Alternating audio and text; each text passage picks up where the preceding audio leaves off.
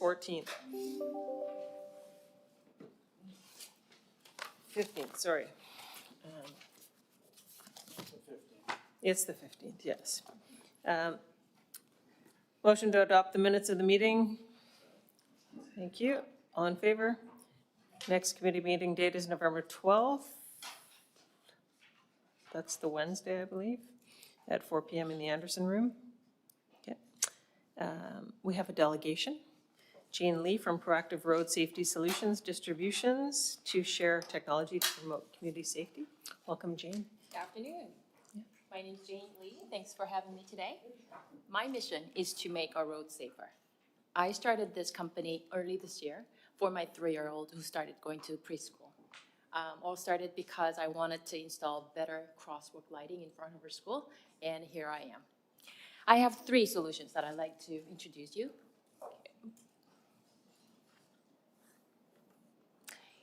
First of all, crosswalk lighting. You'll see the before and after photos right in front of you. This was installed in South Korea. On the left, you'll see before. You can barely see the crosswalk markings. On the right, you will see clearly the crosswalk markings as well as the pedestrian standing right in front of it. These are the lightings that I'm introducing you today. They're all developed and funded by South Korean government. They have a dedicated research center called KICT. I have a brochures for you, but I believe you already have in your folders. Would you like me to? Staff will hand them out for you. Thank you. Now, this institution gets funding from South Korean government, and they develop these technologies for their population and their transportation. I basically wanted to find the best product out there for my child, and this is where it is at. This is an LED light for the crosswalk light, and it's special because it has a 4-phase distribution module. This is not just a light. It's a module that focuses the crosswalk. So it eliminates the crosswalk width, the length, the person standing on it, as well as who's waiting to cross the light. And you can see how clearly it makes difference right there. This is what I wanted to install in front of Elise's school. And next, I go to the cat's eyes.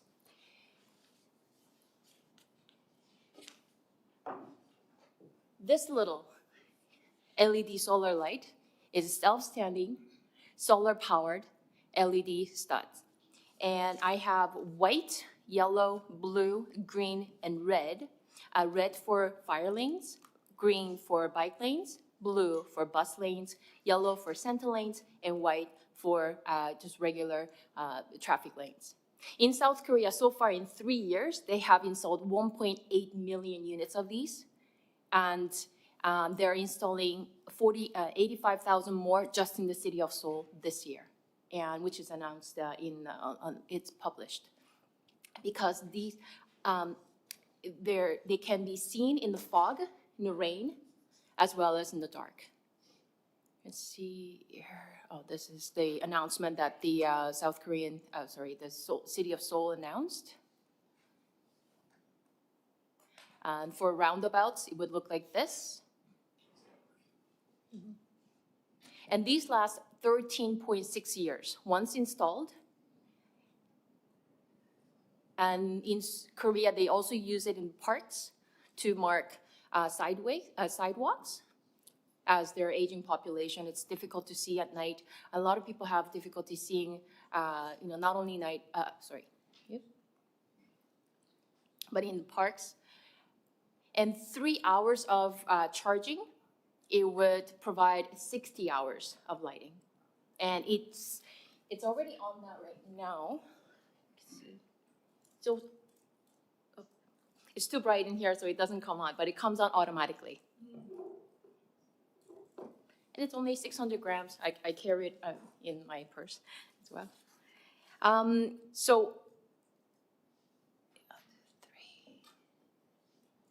Next product that I'd like to introduce you to is the,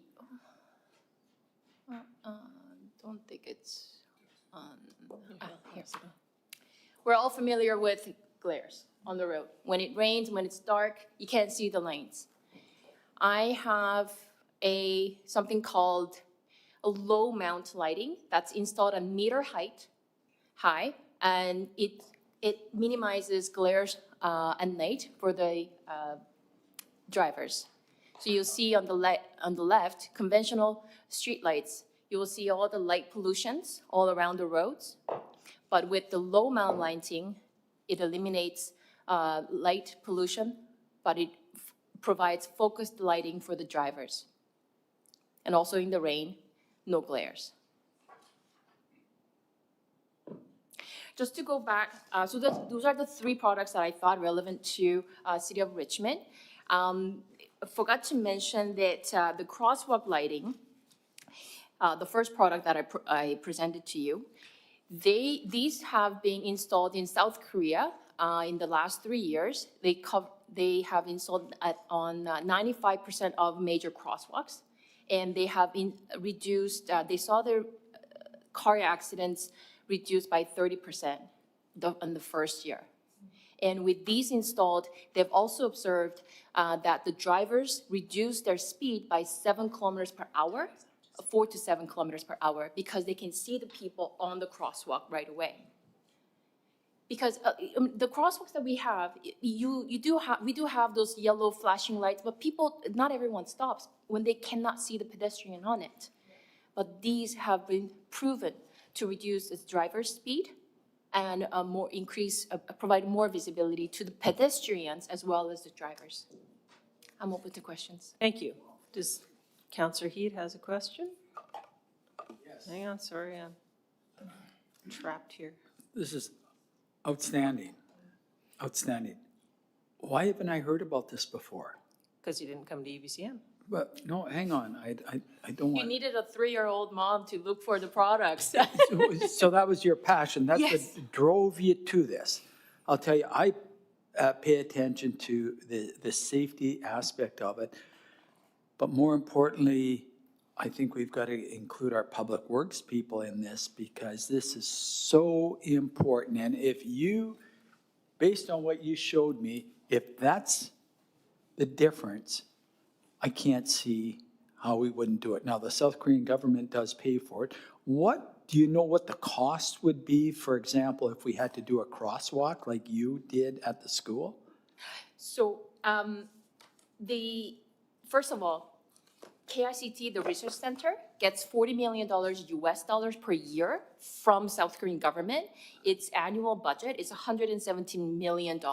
And out of 900 staff, 700 of them are engineers. They're dedicated. Now, I don't know the cost of installation, but I do have the price for the crosswalk lights. So one crosswalk light will cover 2 lanes. So you would need 2 for a 4-lane road.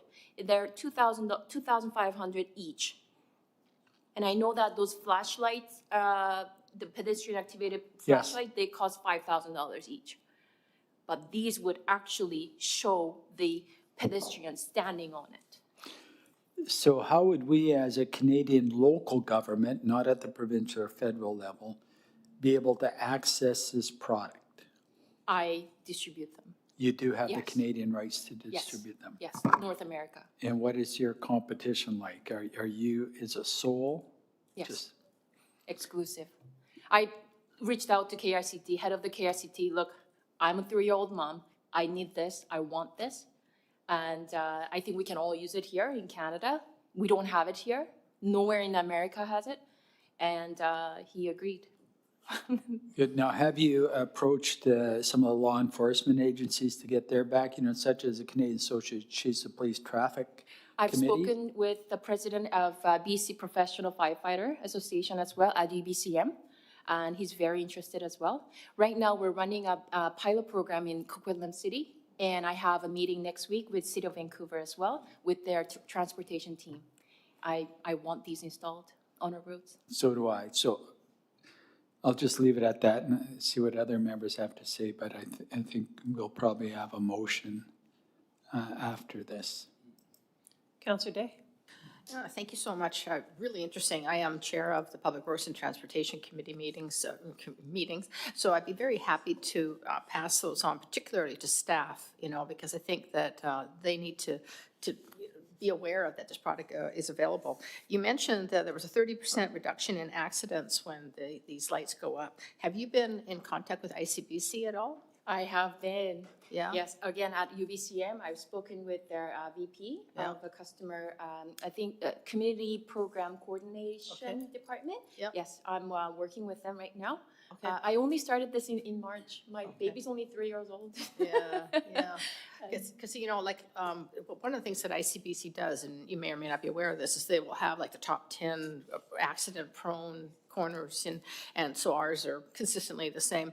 And so anytime you can reduce accidents or reduce costs, so I wouldn't be surprised if there was ICBC grants, because they give us grants now for various types of improvements, and I'm sure that that's something, Now, are you interested in making a presentation to the Transportation Committee, or maybe we should just get you directly in touch with staff? I would love to. Yeah. We'll just do the referral from here.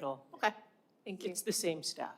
And if I may add, so according to statistics, the South Korean government, with these investments and innovations, they were able to reduce fatalities by 45% in the last 10 years. Wow. From 4,700 people dying every year to 2,400 just last year. Wow.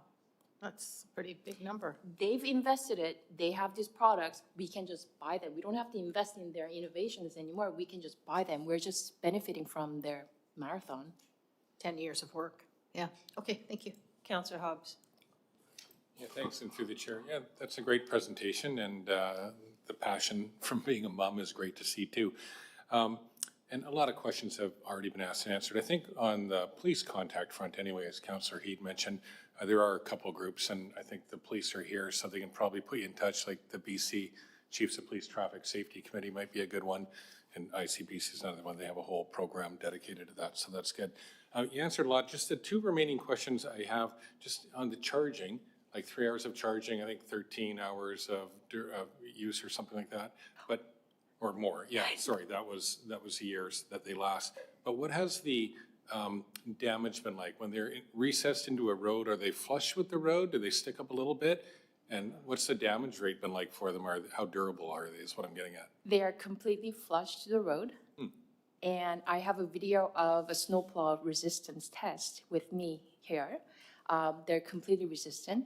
They're only 2 millimeters above the road. Right. So if you can, I think right here, That's, it sits right this, yeah, and it doesn't come out. so the snowplows go over. That's right. And it's the city of Seoul in South Korea told me out of 45,000 that they have installed, only one was defective because a corner of a container fell on it, Oh, yeah. right on it. But otherwise, in 3 years, none.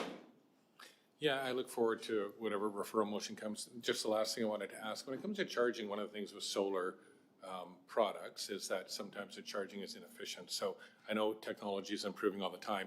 So Korea is not that much different than here in terms of cloud, rain, some snow.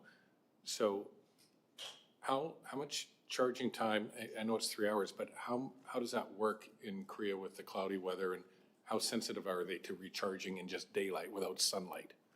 So when it's off, it's charging. It can charge from natural light to street lights, and Okay. it comes on automatically. The light is not here. This is actually a solar panel. And this web design is to increase efficiency of charging. For Right. 3 hours charging, this can provide 60 hours light, and it doesn't have to be 3 hours consecutive. Wow. It's charging right now. And if I put it under, this is even too bright, but it was on earlier when I was sitting in the back. But to tell you, another thing that I'd like to tell you is that these products that were all tested at KICT's SOC testing site, which is about 100 times the soccer field, they simulate the snow, the fog, the rain, darkness. Hyundai and Kia, all the car companies, they tested over there too. Right. These are from all tested at that facility. The lights are actually here, 1, 2, 3, and 1, 2, 3 inside. Yeah, Right, I see that. yeah. That's impressive, actually, because what you're saying, I think, is that they recharge in any sort of light, Any diffused light, artificial light, and that's not how solar products used to work, so This that's is impressive. innovative. If I may add also, these are not only, well, of course, the moisture resistant as well, but you would, when you install, you would use a silicone glue so that they're completely moisture resistant. Sealed. And also, it doesn't damage the road. You know how our reflectors, Right, using the glue, it just defects the road, and, but these will not. They stay intact for 13.6 years. And they're 100% aluminum, the case itself. Eventually, I'd like to produce that here with our Canadian aluminum. yeah. And inside, there's a battery, solar panel, and the circuit. That's it. It's a very simple model. Well, it sounds interesting. I mean, and I'll just close by echoing comments. I mean, road safety is a big issue here. It is in every country, right? More injuries and death than, other causes. So, yeah, it's important. So thanks. That was really good. Councillor McNulty? Yeah, thanks very much for the presentation. Obviously, I echo road safety is paramount in our community, and pedestrian safety is extremely important. Just a couple, 3 quick questions. Given what you said earlier in terms of pricing, et cetera, so basically for $10,000, you could eliminate a crosswalk, according to your figures. Well, you would need the, Two and the lights on the other side, right? About that?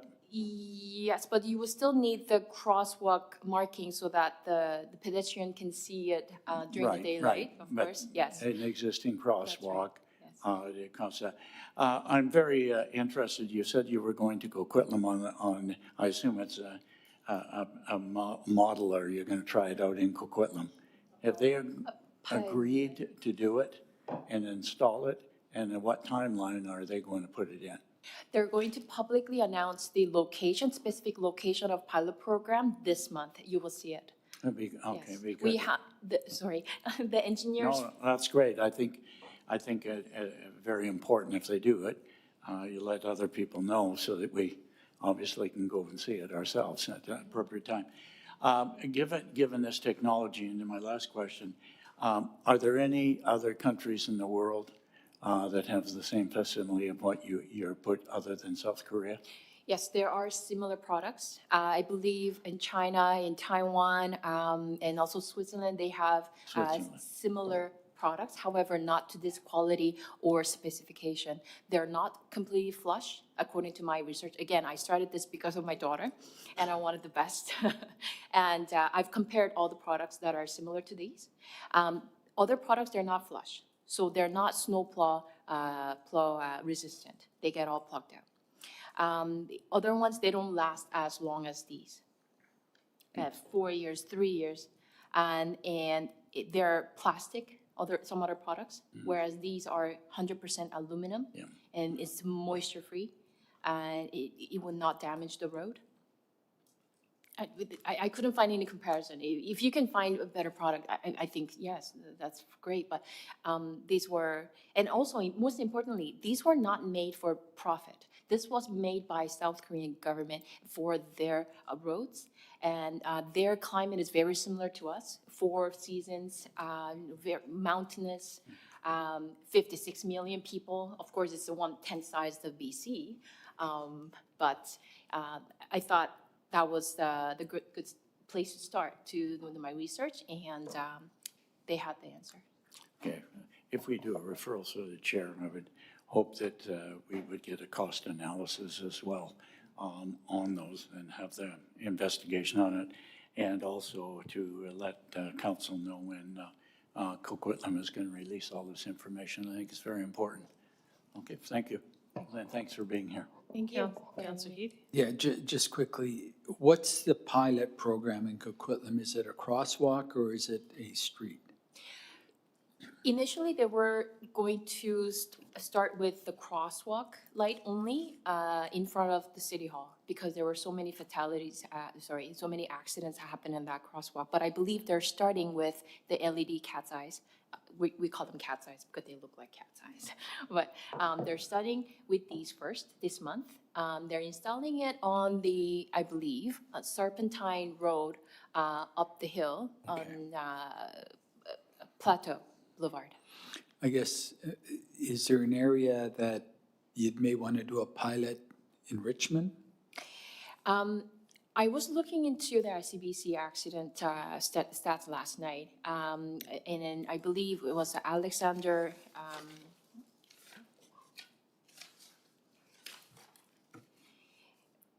There are quite a bit of accidents around the airport area, I believe. Airport Connector Bridge and Airport Station, the Grand McConaughey Way, that area for sure, to provide better lighting for the drivers as well as the pedestrians. That would be the federal government YVR. Okay, but I would definitely like to install one of the crosswalk lighting for my 85-year-old uncle who lives in Richmond on Westminster Highway, number 3 Road, in front of that Empire restaurant. I know that there are quite a bit of accidents there. I know there's a flashing light, but not everybody stops. So I, and I guess, Chair, I'll turn it over to you. We'll make a referral, and I think part of that is to look at a possible pilot here. Okay. Thank you. All right, so should we do a referral to staff to evaluate through a pilot and report back? Including, I strongly believe we just have to expand that a little bit so we can look at a full analysis, whether it's cost analysis with regard not only to the equipment, but the installation and whether we could do it here in Richmond. And I'm hoping the report back is not a lengthy, I'm asking for a 3-month report back on it. And if we're going to go with a pilot, working with the vendor to determine where that location could be. If I may add, these cost $250. The crosswalk is a lot more expensive, but these are $250 Canadian. Just wanted to add. And I do have an engineer who has already installed 2,000 of these in Cambodia, Vietnam, and South Korea. okay. So did you want to make the referral, or do you want this one? Referral to staff to evaluate through a pilot program the lighting system and report back, including a full analysis, including cost and installation? Might, through the chair, if the referral could be directed to engineering and public works, Yep. as they're the staff that are equipped to fulfill that request. So refer to public works and engineering staff? Okay, thank you. I guess I just don't want the referral to be that exact. I think key is public safety here.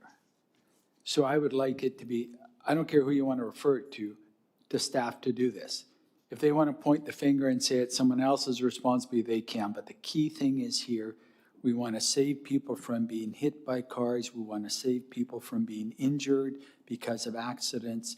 We want to prevent it from happening at the outset. So, I don't want this strictly to be a public works thing when in fact you're bringing it to us as a passionate mother trying to save not only her grandfather or father, but her daughter. So I'd want it to be a little more broader than just one aspect. Okay. Councillor McNulty? I have to support my colleague over there. It took me 6 months to get a stop sign in the Steveston. I hope we can go a hell of a lot faster in public works on this, and that for the record showing. So I agree with my colleague on that. But also in that, coming back, is a likely crosswalk where we would start it, et cetera, what a suggestion. I know it's in the analysis, but I think sometimes you've got to be specific on these or you don't get them done. And that's why I asked about the costing, what it would cost just to do one intersection. It would, we've already got it painted, so let's make sure that it is now. And the labor is the important part. It'll cost more for the labor to install than it will for the materials. So I'll wait for that back, and I like that 3 months, 90 days. So that will take it by, to be honest with you, we'll have that by January 1. Yeah, Okay, they I might, support that, second that. they might even be able to turn it around quicker, because remember, we had directed staff to possibly install a crosswalk on Vulcan Way where we had received a bunch of petition to put one there. And so staff are looking to put one there anyway. They could just utilize this technology as part of the whole project and get it done quickly, and then be partway through the pilot to understand how the lighting works and everything else. So, anyway, so we're good with that? Okay. And it's got the 3 month, come back within 3 months? Okay, thank you. Within 3 months. Has it been seconded? Yep, second. All in favor? Thank you. Thank you very much. Thank you for having me.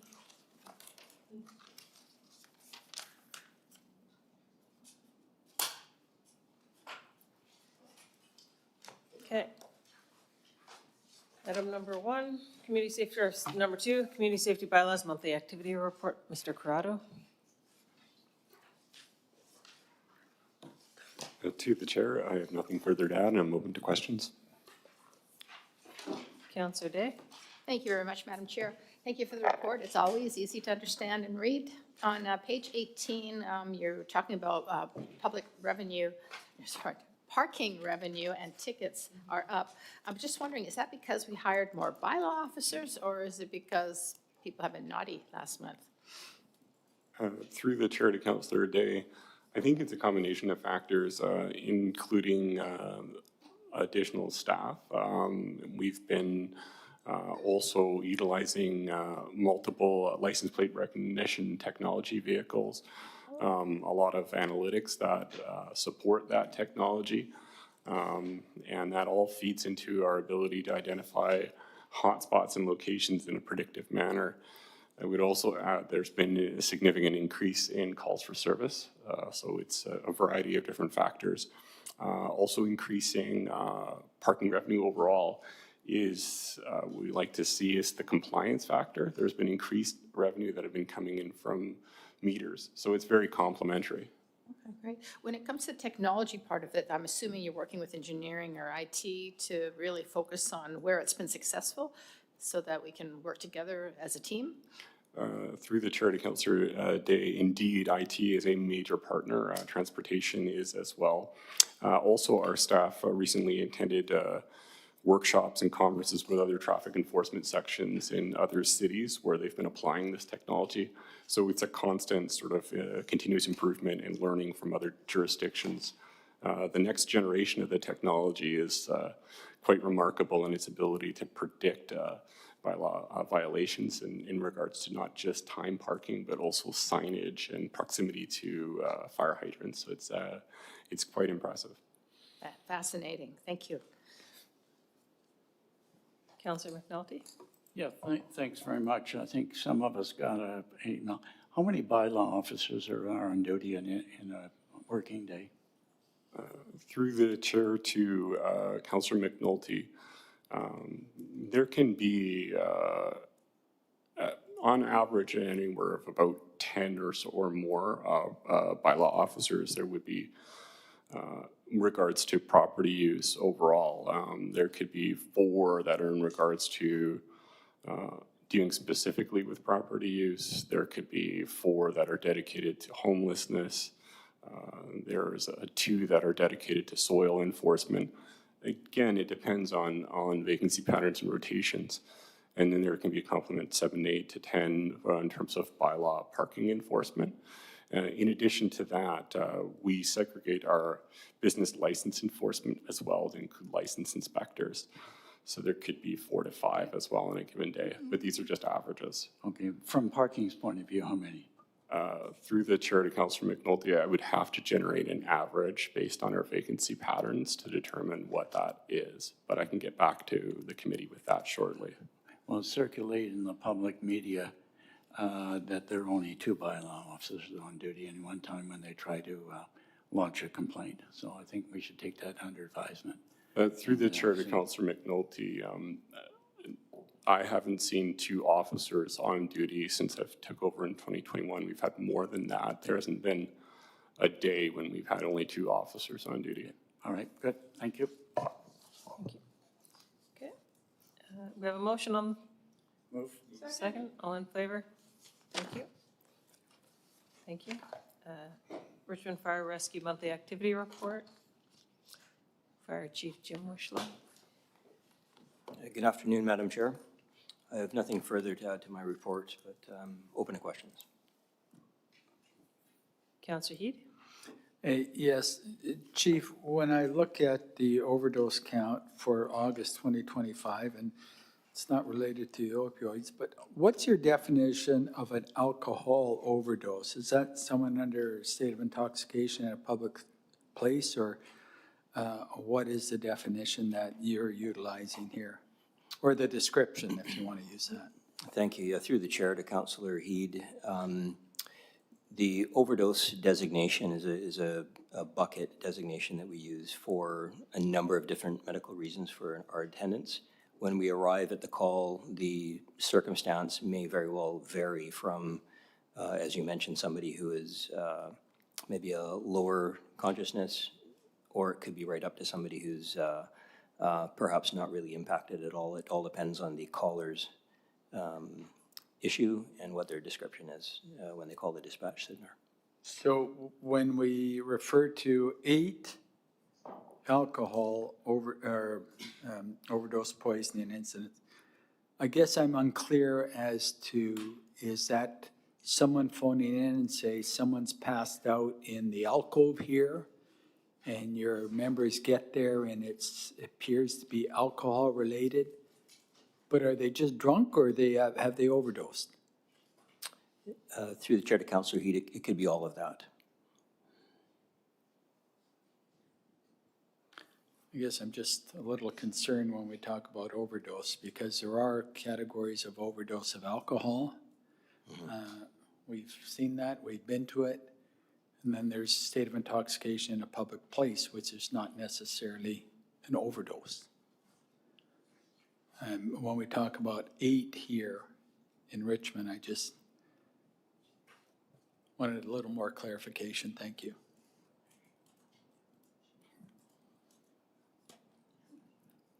Councillor McNulty. Yeah, just a quick question on a fire that took place earlier this year on River Road, the 300 block approximately, right out by Terra Nova.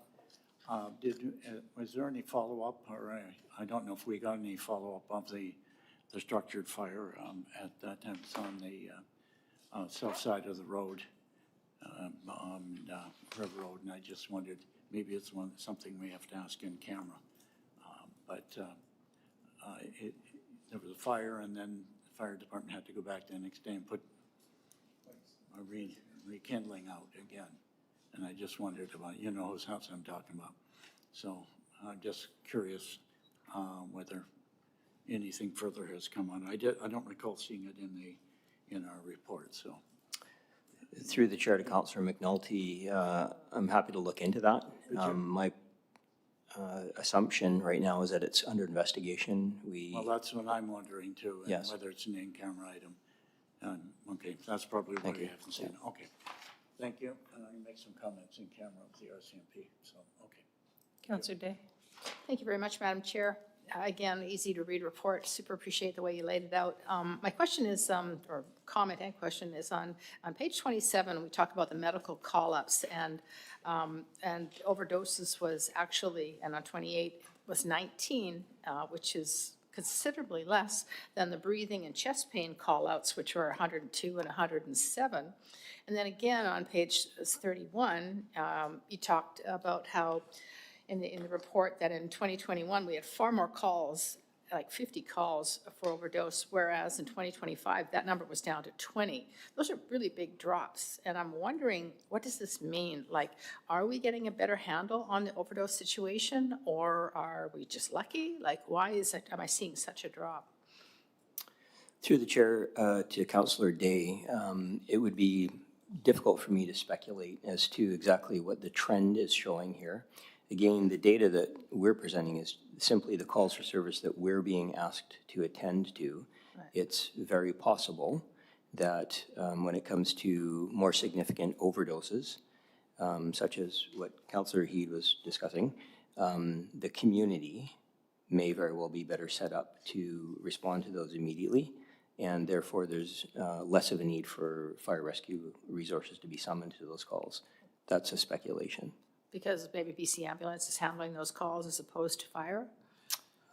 Through the chair to Councillor Day, anytime BC Ambulance attends, fire also attends. Okay. My speculation on that could be that certain community groups within the city or any municipality may be better set up now than they were in the previous year or three to respond to those types of events themselves without having to summon emergency services. That's entirely possible. Yeah, so there's more kits to stop the overdose or to arrest. I think they're more readily available now, yes. Yeah, I guess what I'm trying to ask is like, if there's something we're doing that's making a significant difference, which it appears on the surface there is, we need to get that out there to the public to let them know these are the steps that we've taken and this is the success that we've seen. And certainly let other cities know about anything that we're doing that is just really, really working. Because, you know, every death is one too many. And so anything that we can do to prevent that, I think we should share with other communities. And so if at some point it becomes clear that, oh, what's really been successful is Noxalon kits or whatever, maybe it is having them in the schools, having them in the community centers. If that's making a significant difference, then I'd like to know more about that. Yeah. So, yeah.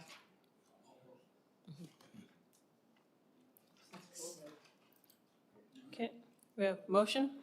Second, all in favor? Thank you.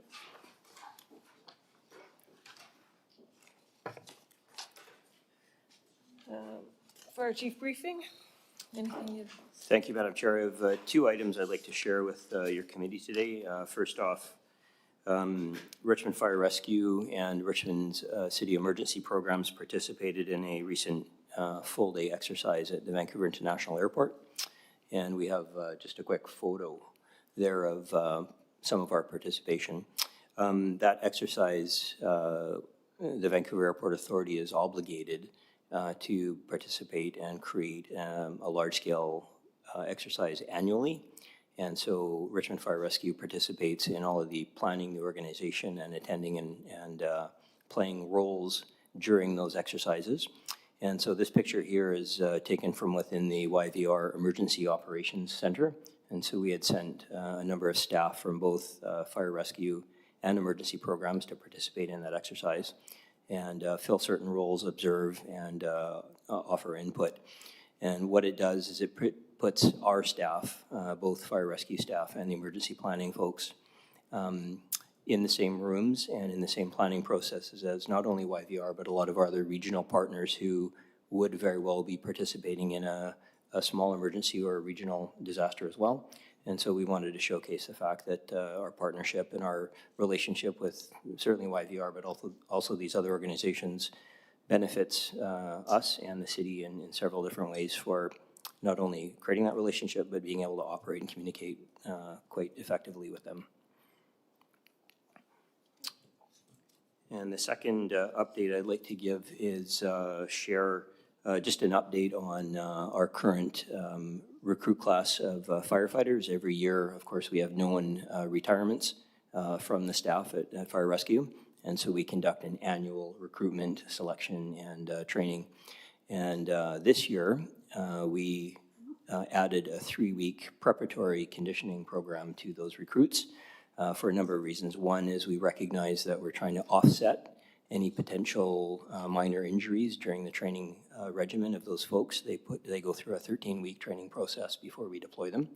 And we wanted to condition them. And we also recognize, too, that people who are new to shift work should be taught properly how to sleep properly on their days off, how to access good nutrition, hydration, and a lot of time was also spent for personal, psychological, and emotional resilience, team building, and of course, how to move, lift, and carry objects without injuring themselves.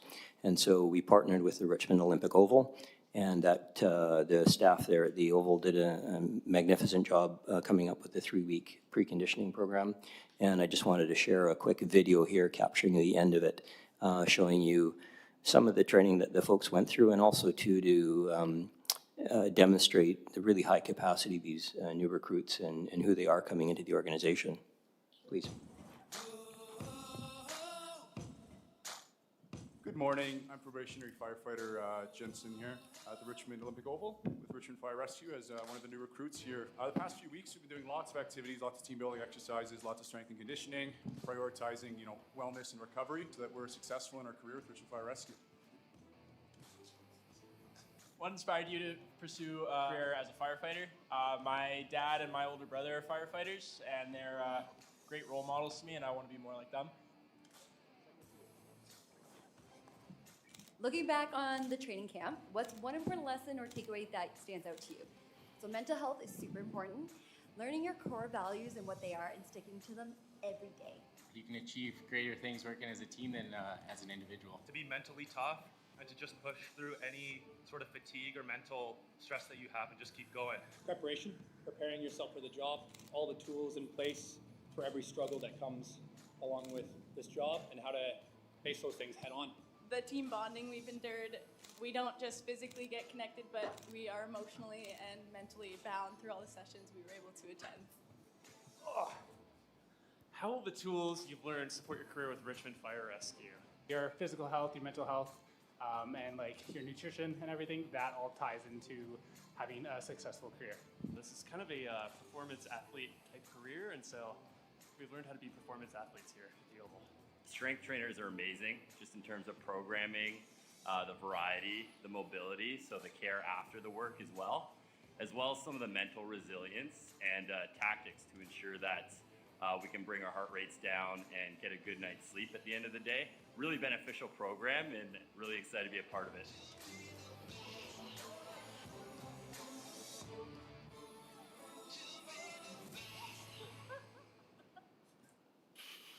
Thank you. So we couldn't be happier with the support that we've received from the staff at the Oval. And of course, as we can see the outcomes of these folks as they go into their training piece now, that they'll be graduating in December. And we're using that as a test, first off, to track them and see if hopefully their injury rates decline, their resilience is strong throughout their career. And in the next year, we're going to assess and see if this is going to be a piece that we can roll out to the rest of the staff, as well as continue on with the recruit intake. So thank you very much. Thank you. Any questions? Thank you. Thank you very much.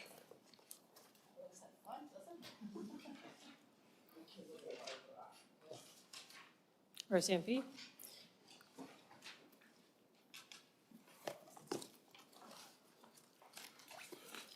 Good afternoon, Madam Chair, councillors and staff. I don't have anything to add to my report, but I welcome any questions or comments you may have.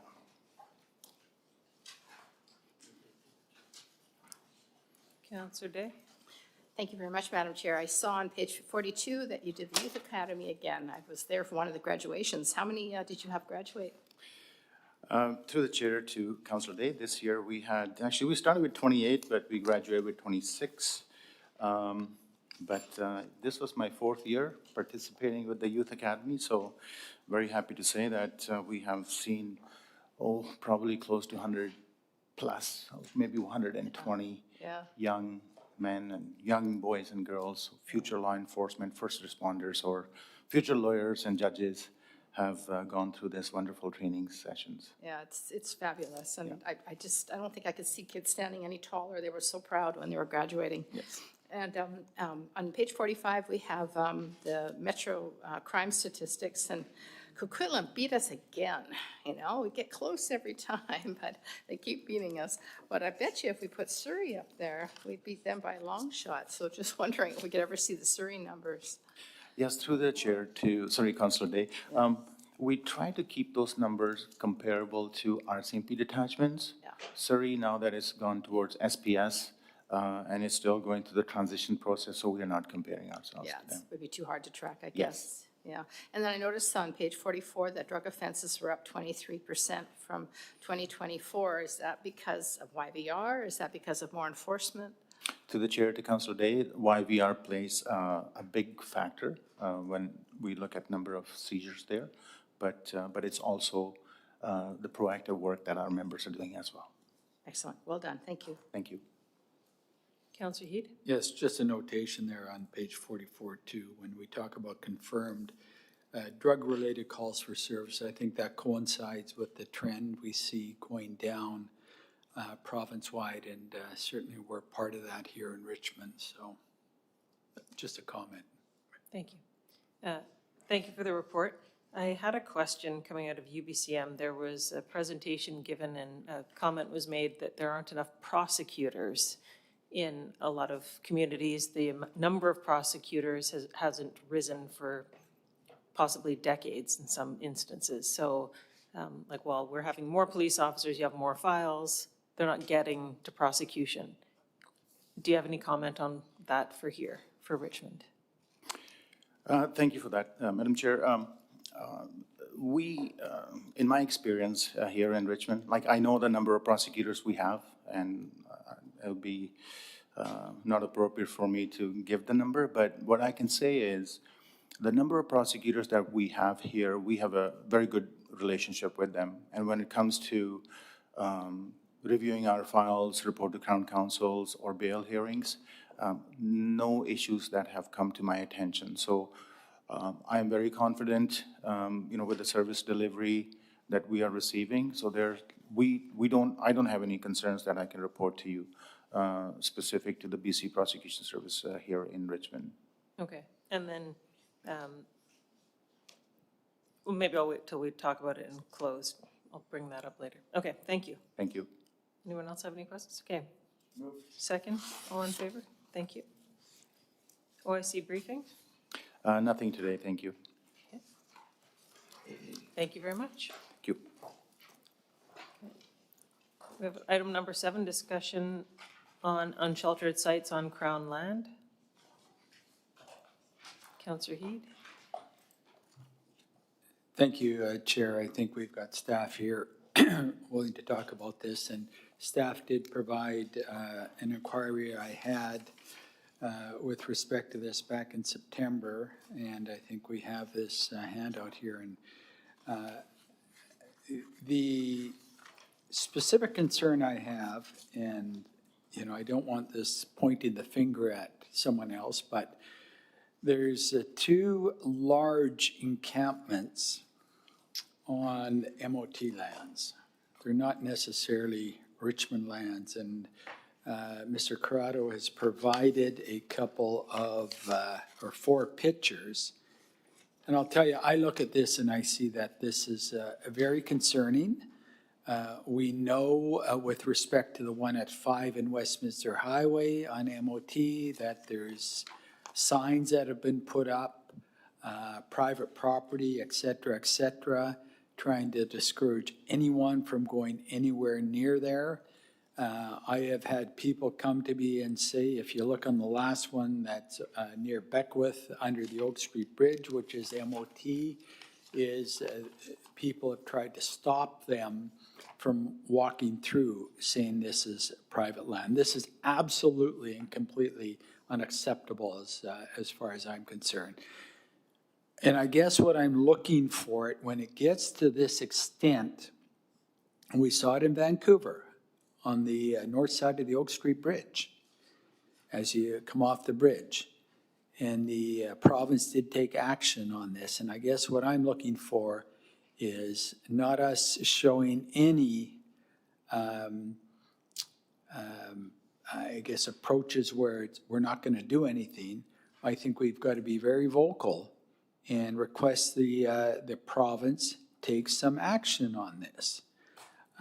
I'm not going to be one that's going to call out every person in a mobile home that's parked in various areas in Richmond. I think that's inappropriate, but it certainly is appropriate for us to point out these two horrific locations, not on city lands, that we need to take action because it is affecting our community, wholeheartedly. And we can't sit back and accept this and say, there's some type of empathy towards these people. Of course, there's always going to be empathy towards us, but if we don't do anything now, we're going to have similar situations to the Oak Street Bridge in Vancouver. We're going to have similar situations to what happened on the streets in Victoria with all of that. So I'm hoping that Mr. Corrado does have a plan to try and deal with this and to put pressure on the MOT, who has the ultimate authority to deal with this.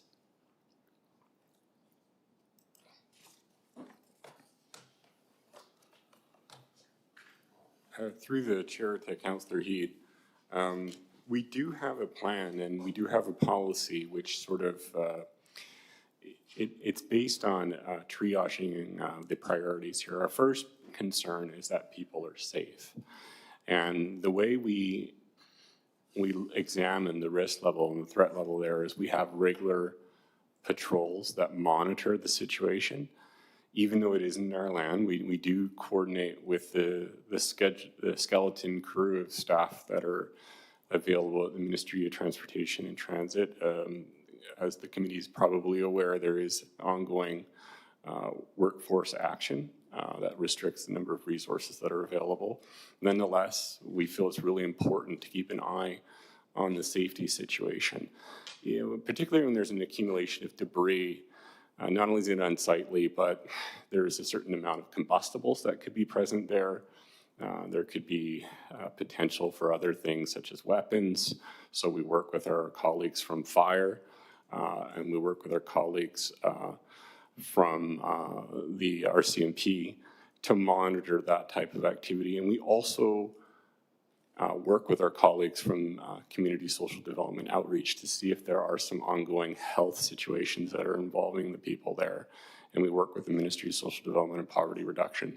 It is a tremendous amount of work that goes into monitoring, and it would be a considerable amount of cleanup that's associated with that, any one of those sites. I do have my colleagues from RFR that I might call up to the table to speak to about some of the more assertive orders that have been directed towards the province in the area of safety.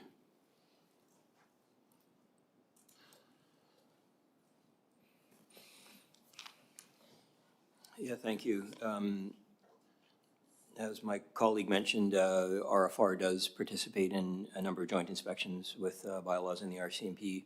As well, we routinely visit these sites, particularly from a fire and life safety hazard perspective. And in reference to the site at near 5 in Westminster, we've written 2 notices of violation to the province and leveraged those against the MOTT, citing, of course, the threat to fire safety and to life safety in the area. So they've been put on due notice for that. We regularly attend those sites to ensure that the fire risk has not increased.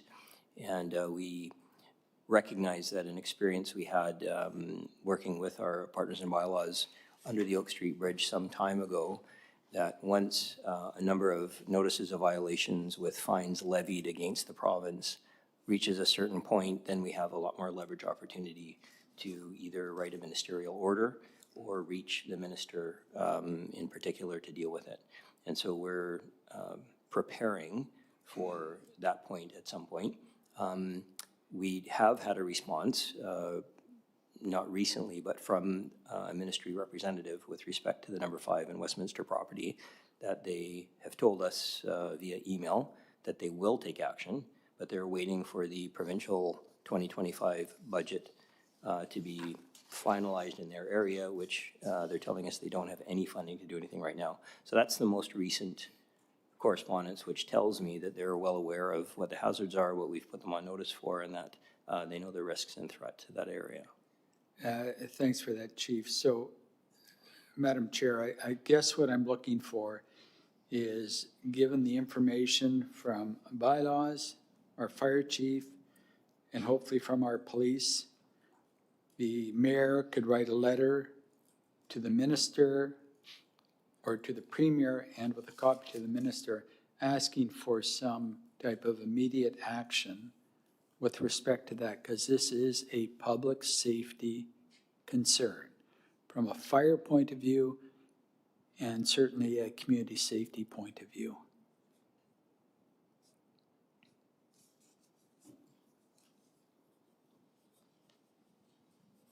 Councillor Hobbs? Thanks, and through the chair.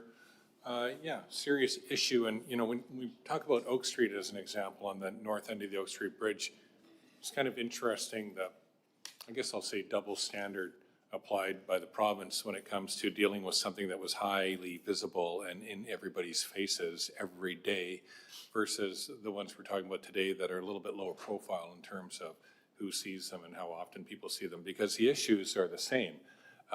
Public safety issues, health issues, risk to the people living there and to people that may pass by. So, you know, things like garbage, sewage, I don't know what's happening with that, kind of general disorder.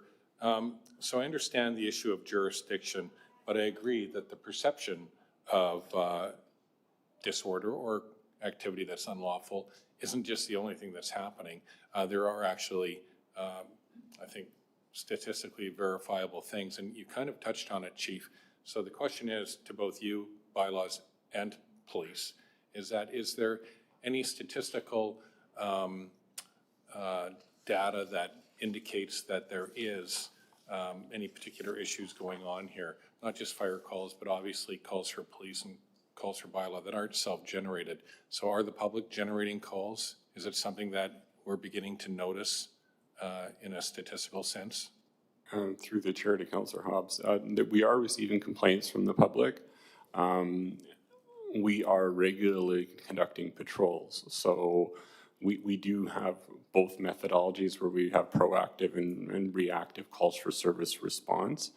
We are, when the opportunity arises, in taking steps to remove what we believe to be their most imminent hazards. Of course, we do so in a humane way.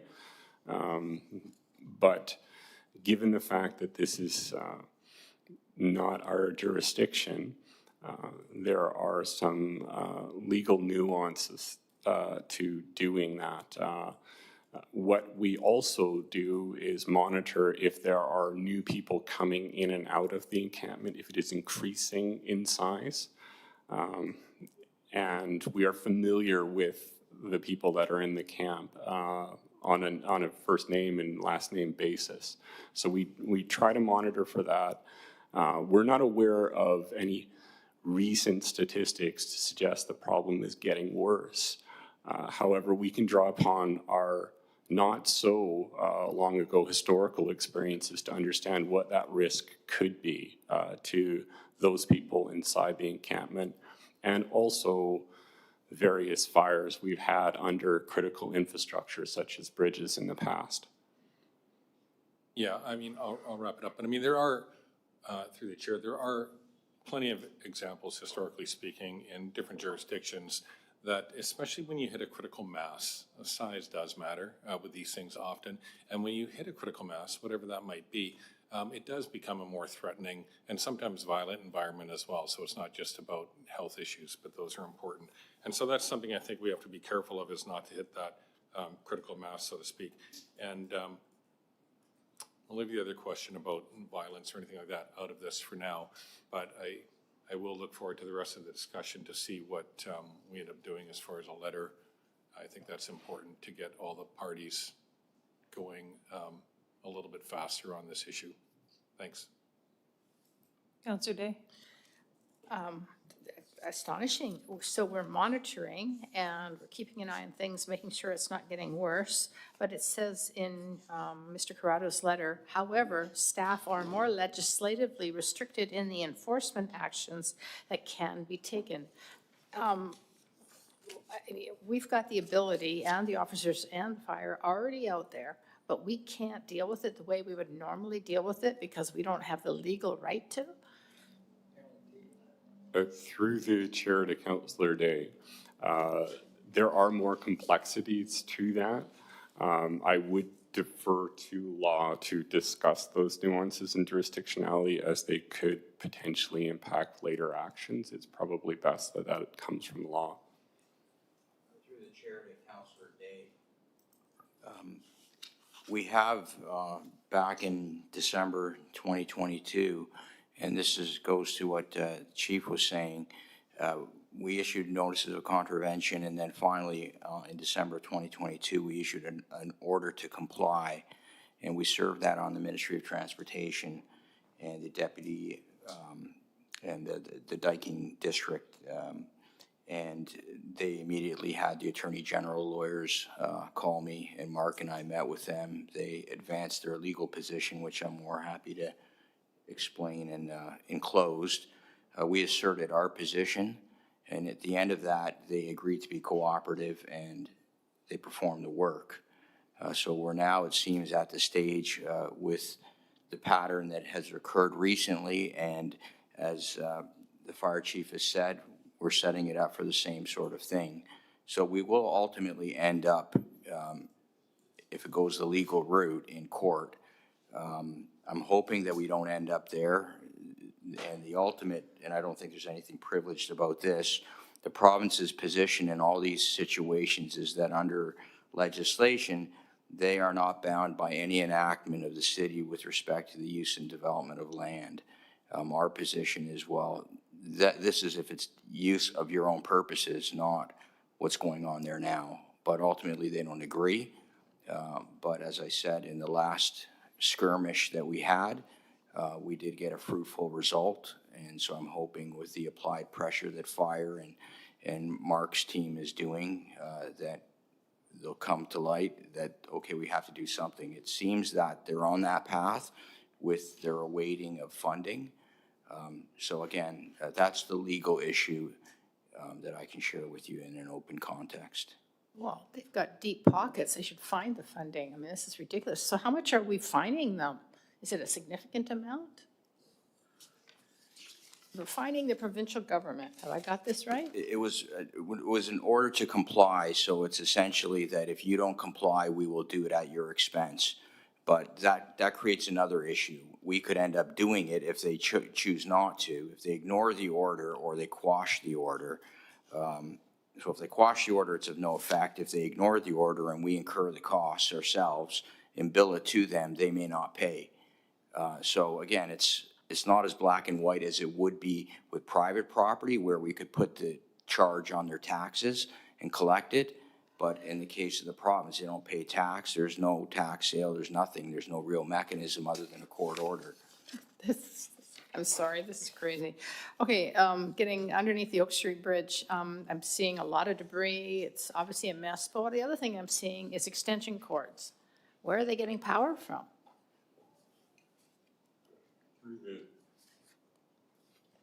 Through the chair to Councillor Day, often there are gasoline generators, which are a serious concern. Staff regularly go through and determine if they're tapping into any city infrastructure or any private infrastructure. That's an immediate concern if there's some sort of gerrymandering of those devices. But yes, some of these gas generators are definitely something that we monitor. Other things that are of concern to our colleagues from Fire or any sort of propane heaters as the weather gets a lot colder.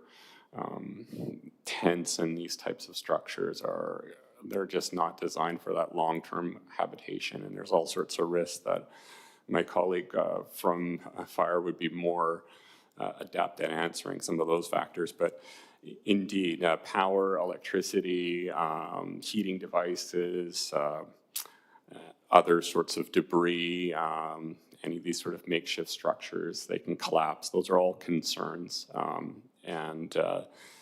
If this were on city land, we would be taking a more robust attitude in clearing the site.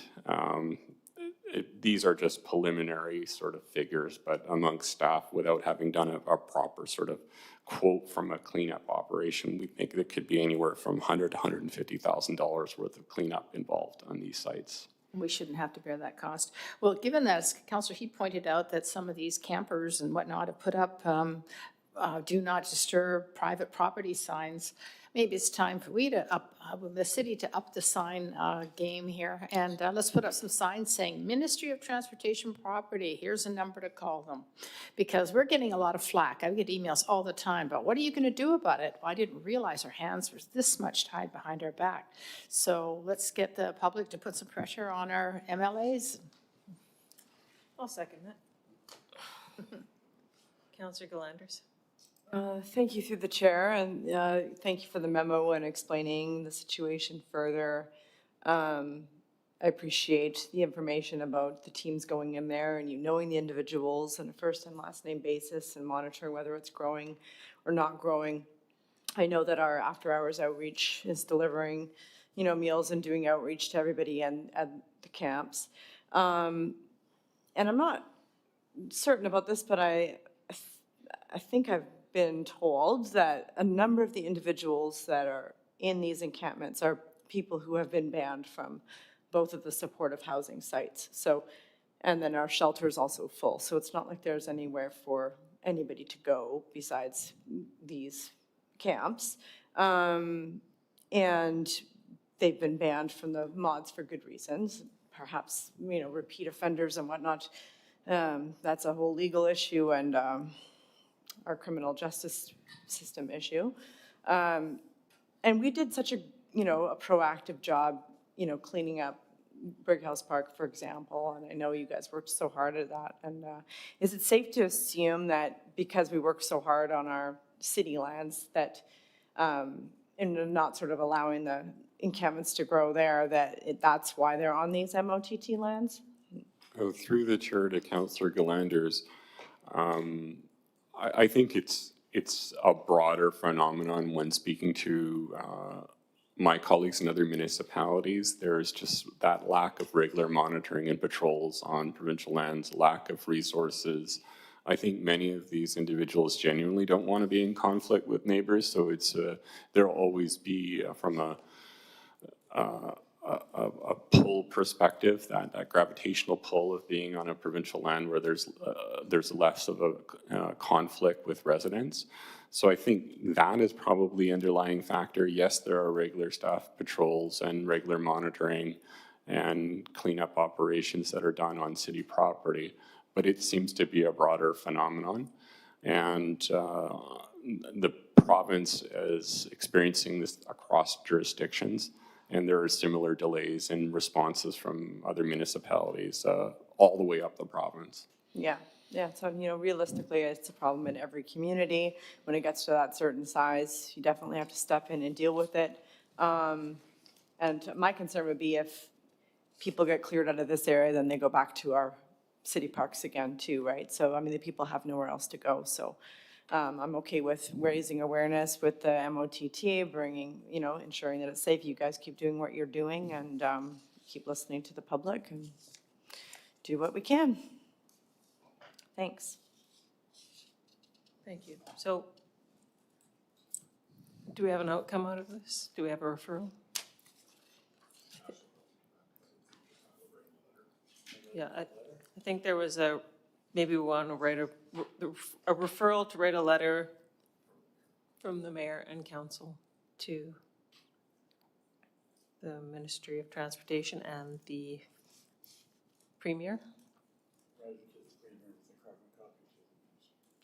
To the Premier. And we should include the photos. Yes. But I'm not just that they clean it up, but that they are working towards implementing a system where.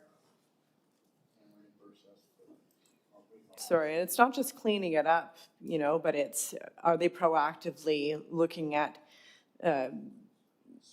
solutions to move people through and get people into housing and get people, change the justice system so if people are breaking the law that they go to jail, and secure care and all those other things, the supportive housing model. All of it. Maybe you can read that back.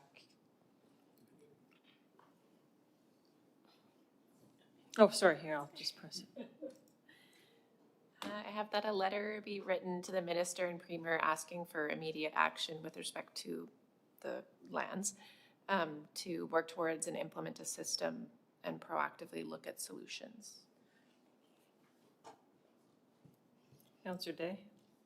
Yeah, given that, as Councillor Galanders pointed out, a lot of these people have been kicked out of the modular housing, out of supportive housing. I mean, do we need to, for some of them, and maybe Mr. Corrado can answer this, look at secure care? If they're a danger to themselves or others, then, you know, they need that extra level of care, but maybe you could speak to that. Through the chair to Councillor Day, certainly it's not a homogenous group. There are those that we have reasonable, based on our interactions, to believe they would definitely take the offer of housing. There's others that enjoy that free, independent lifestyle. So that would be a case where there would be more of a persuasion.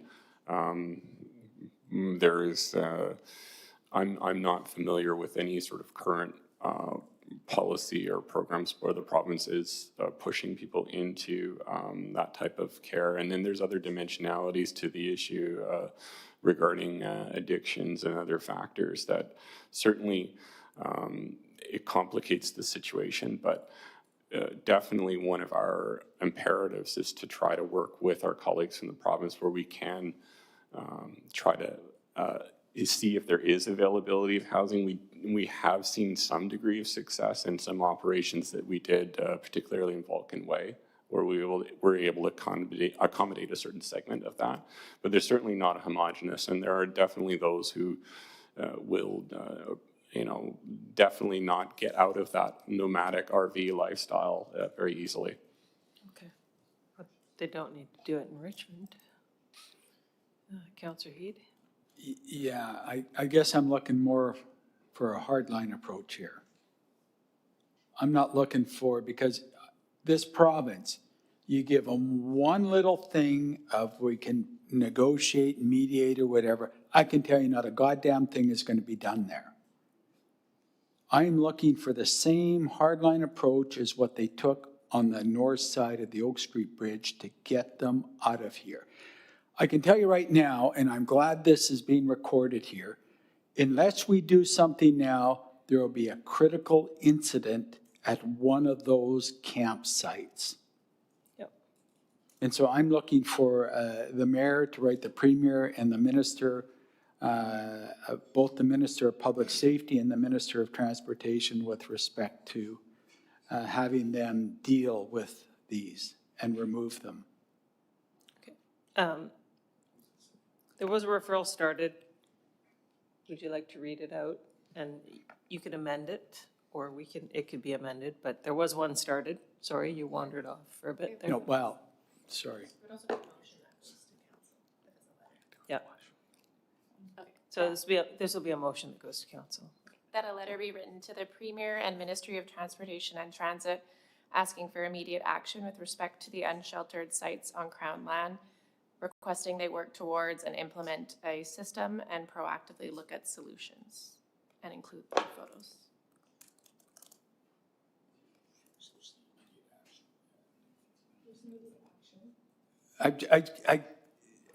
I guess I'm a system of whatever. What do we mean by that? Yeah, I think it's a bit. Yeah. Finding solutions isn't what we're looking for. What does that mean? Yeah. Sorry. Yeah, I don't think we need system. That's kind of sounds like a buzzword, but just proactive, immediate action and find solutions. Because we also want to find solutions in there, because we don't want to just throw people into another park. Well, I can tell you is these people maybe need to be thrown into the abyss. I'm sorry to say that. I'm probably more empathetic to what's going on. But at the end of the day, when you look at these, and there's going to be a disaster there. And Chief, I think you know what it is. We've seen these propanes blow up. And Mr. Crowder articulated that we're getting to the cold weather season. We didn't have these two large encampments last year during the cold weather season. We had Viking, Vulcan Way up that way, And we got rid of those. and we got rid of them. So Yes, now we they're did. here. Yes. Well, so you're going to let them stay there? Well, what are you gonna do? You just keep Get shifting rid of them. people? Get rid of them. Get rid of them. Yeah, I'll that's tell on you, this is- record. Get rid of the Yes, people get who are rid of them. This unsheltered. is a public safety disaster waiting to happen. Okay, I'm glad all it's right, on record. Let's Good for you. wind this up, guys. Pardon me? Good. Okay, let's wind this up. Councillor Hobbs. Thanks, and through the chair. I think the letter, I agree with writing a letter, and I think we almost have it. I think there's a couple things and kind of staging, but I do agree that there has to be a component of it that's immediate action and cleaning it up. And then I think it has to be followed by some of the wording that's in there. You know, other solutions can be part of it too. Like some people might be able to have housing found for them or something. So there's probably a couple steps in it. Immediate action and cleaning up is part of it. Finding other solutions is also part of it. I think the big thing is, and I agree that we're probably not too far away from some kind of critical incident because we have all seen that. So I think it just is a matter of wordsmithing it a little bit to get it right, because there's a couple different components that I think we're all saying kind of the same thing in different language. So if we Can you have read it again? immediate action and cleanup, I am saying has to be part of it, in my opinion. Okay, that a letter be written to the Premier and Ministry of Transportation and Transit asking for immediate action and cleanup with respect to the unsheltered sites on Crown land and proactively look at solutions. Can we add Minister of Public Safety and Solicitor General? Yes.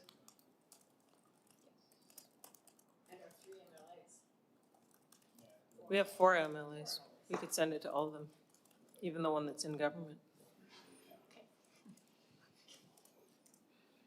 Can you read that again, or just note? Are we good? Do you want it read again? Okay. All in favor? Thank you. Any managers' reports? Move adjournment. It's okay, we don't need, as long as nobody opposes it. Okay, we have a closed meeting, so if you're not part of the closed meeting,